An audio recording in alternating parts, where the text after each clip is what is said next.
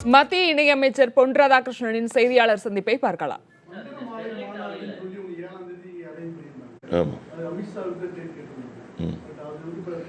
அதில் இந்த அகில இந்திய தலைவருடைய வருகை வருதுனால அது 7ஆம் தேதி வச்சுருந்தாங்க, இது 9ஆம் தேதி. இவங்க போயிட்டு திருப்பி உடனே வர முடியாது. அதனால் இந்த நிகழ்ச்சிக்கு முக்கியத்துவம் கொடுத்து அதை தள்ளி வச்சிருக்கிறார்.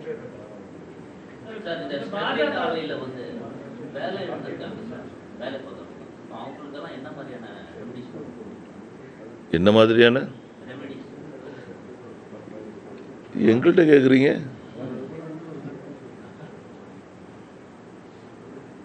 இங்கே யாரெல்லாம் போராடினாங்களோ அவங்க பதில் சொல்லி ஆகணும். திராவிட முன்னேற்ற கழகம், அவர்களை சார்ந்த இயக்கங்கள், கட்சிகள் எங்களை ரொம்ப உயர்வாக கூக்குரல் போட்டுக்கிட்டு இருந்தாங்க. இன்னைக்கு போராட்ட மக்கள் சொல்கிறாங்க, பயங்கரவாதிகள் எங்களை மூளைச்செலவு செய்தாங்க அப்படின்னு. பயங்கரவாதிகள் அவங்கள செலவு செய்தது ஒரு புறத்தில், திமுக தலைவர்களுடைய மூளையை ட்ரைக்னஸில் போட்டு எடுத்துட்டாங்க போட்டுருக்கவங்க. மற்ற கட்சிகளுடைய தலைவர்களுடைய மூளையெல்லாம் கொண்டு ட்ரைக்னஸில் போட்டாங்களா? மக்கள் சரி, அப்பாவி மக்கள், இந்த தலைவர்கள் எங்கே போனாங்க? இப்போ இந்த மக்களுக்கு இவங்க என்ன பதில் சொல்ல போகிறாங்க? பதில் சொல்ல வேண்டியவர்கள் இவர்கள்.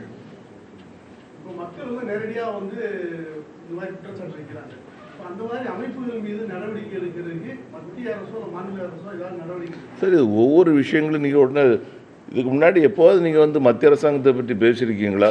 காங்கிரஸ் ஆட்சி காலத்தில் எப்போது நீங்கள் மத்திய அரசாங்கத்தை பற்றி பேசியிருக்கீங்களா? அதுக்கு முந்தைய காலகட்டங்களில் பேசியிருக்கீங்களா? பாரதிய ஜனதா கட்சியுடைய அரசாங்கம் வந்த பின்னாடி எல்லாரும் இங்கே ஒரு அரசாங்கத்தை பற்றி பேசுறதை விட்டுக்கிட்டு மத்திய அரசாங்கத்தை பற்றி பேசிட்டு இருக்கிறாங்க.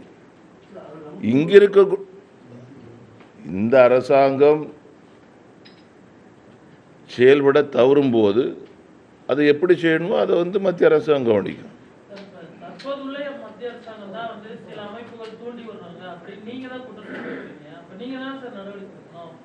தற்போதுள்ள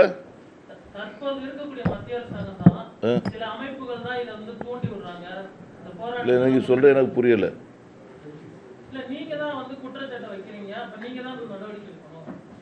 யாருக்கு மேல குற்றச்சாட்டு வைக்கிறோம்?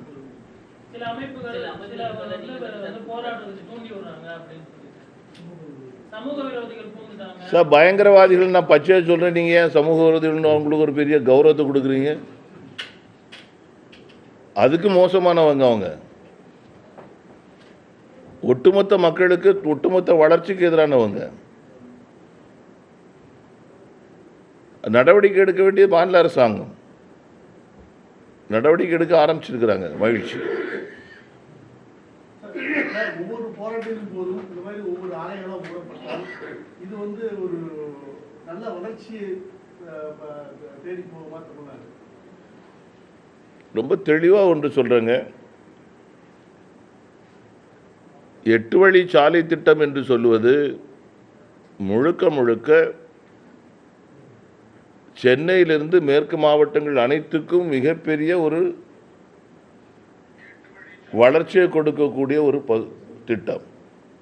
இந்த திட்டம் கோயம்புத்தூரை தாண்டி இருக்கக்கூடிய மாவட்டங்களைச் சேர்ந்தவர்களுக்கும் மிக உதவிகரமாக இருக்கக்கூடிய ஒரு திட்டம்.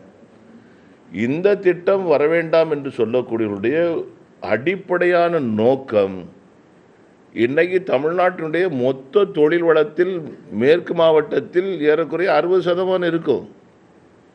அந்த 60% தொழிற்சாலைகள் பாதிக்கப்படணும். தொழிலாளர்கள் வேலை இல்லாமல் நிற்கணும். தொழிற்சாலைகள் மூடப்பட வேண்டும். புதிய தொழிற்சாலைகள் வரக்கூடாது. இதை விட்டுட்டு நீங்கள் பாருங்கள், வேற எங்கே தொழிற்சாலை இருக்குது? எத்தனை தொழிற்சாலை கொண்டு வந்திருக்கிறாங்க? மேற்கு மாவட்டத்து மக்களுடைய தனிப்பட்ட முயற்சி. இந்த அரசாங்கம் எங்கே இந்த 50 வருஷத்தில் எத்தனை தொழிற்சாலை அங்கே கொண்டு போய் ஆரம்பிச்சிருக்காங்க சொல்லுங்க பாப்போம்.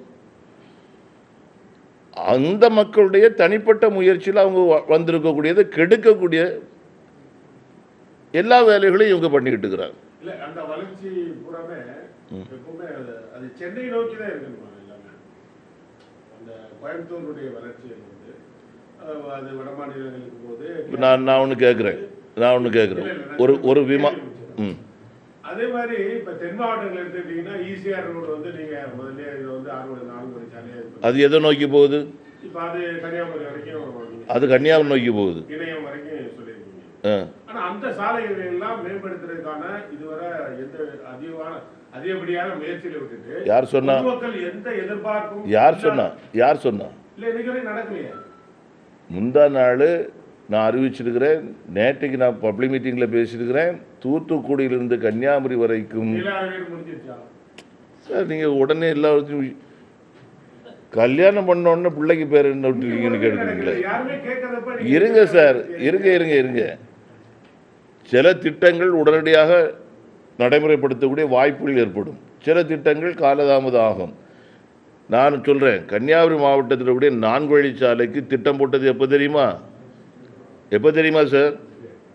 2003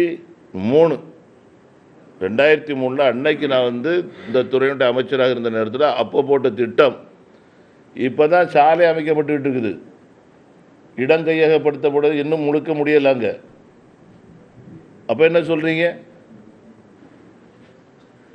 சார்? ஒவ்வொரு நிலங்கள் எல்லாமே உங்களுக்கு தெரியும், ராம்நாட்டில் கிட்டத்தட்ட 100 கிலோமீட்டர் தூரத்துக்கு எந்த விதமான தொழிற்சாலைகளோ எந்த விதமான வயல்வெளிகளோ எதுவும் இல்லை. யார் சொன்னா கிழக்கு கடற்கரை சாலையில் அப்படி இருக்குதுன்ட்டு? பெரும்பாலான இடங்கள்ல இருக்கிற நானே சார், நீங்களும் போயிருக்கீங்க, நானும் போயிருக்கிறேன். இவங்க அந்த ஊருக்காரங்க, இவங்கள வச்சுட்டு நாம அப்படி பேசக்கூடாது.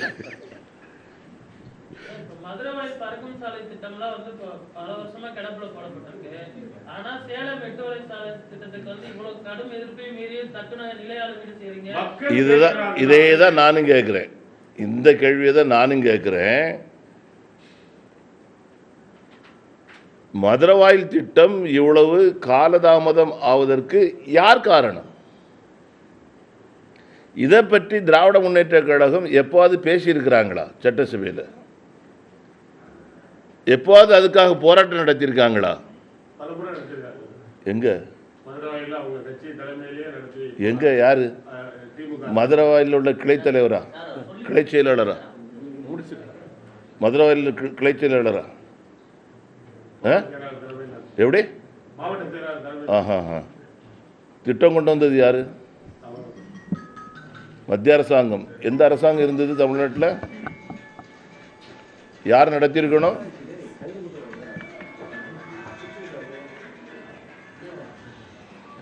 ஒரு திட்டம், மிகப்பெரிய ஒரு திட்டம், அது இல்லாமல் ஆக்கப்பட்ட ஒரு அளவுக்கு சூழ்நிலை வந்தது.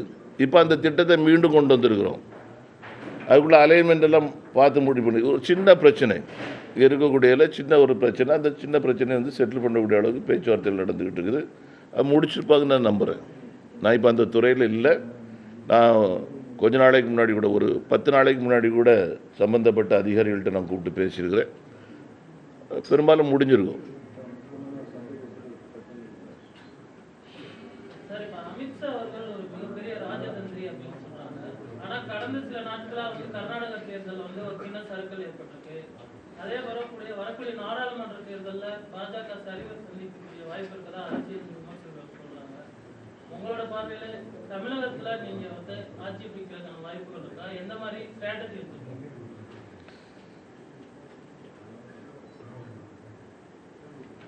வரக்கூடிய பாராளுமன்ற தேர்தலில்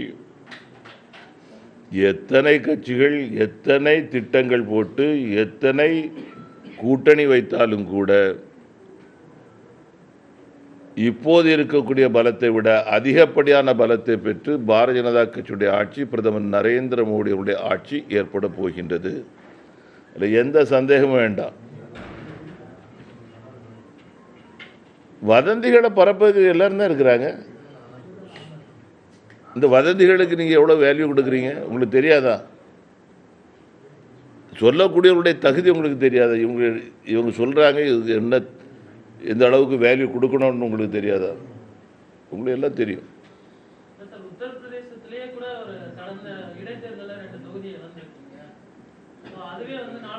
இதிலிருந்து தெரிஞ்சுக்கிங்க, பாரதிய ஜனதா கட்சி எவ்வளோ தெளிவாக ஜனநாயகத்தை கடைபிடிச்சிட்டு இருக்குன்னு பாருங்கள். பாரதிய ஜனதா கட்சி ஆளுகின்ற மாநிலத்தில் பாரதிய ஜனதா கட்சியினுடைய வேட்பாளர் தோக்குறாரு. வேற எங்கேயும் நடக்குது. நீங்கள் தமிழ்நாட்டில் எப்படியெல்லாம் பார்த்துருக்கீங்க, மற்ற இடங்களில் எப்படி பார்த்துருக்கீங்க? இதுதான் பாரதிய ஜனதா கட்சிக்கு இருக்கக்கூடிய மிகப்பெரிய கௌரவம். அந்த தோற்றத்தை நான் சொல்ல, ஒரு ஜனநாயகத்தை எப்படி கடைபிடிக்கிறோம் அப்படின்னு.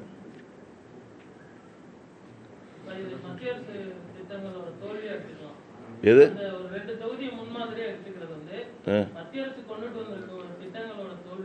ஆமாம், ஒரு பஞ்சாயத்து தோத்த உடனே பிரதமர் தோற்று போனான்னு சொல்லிட்டு முரசு போட்டக்கூடியவங்க எந்த அளவுக்கு புத்திசாலியாக இருப்பாங்கன்னு நீங்கள் மதிப்பீடு செய்யுங்க. ரொம்ப சந்தோஷம்.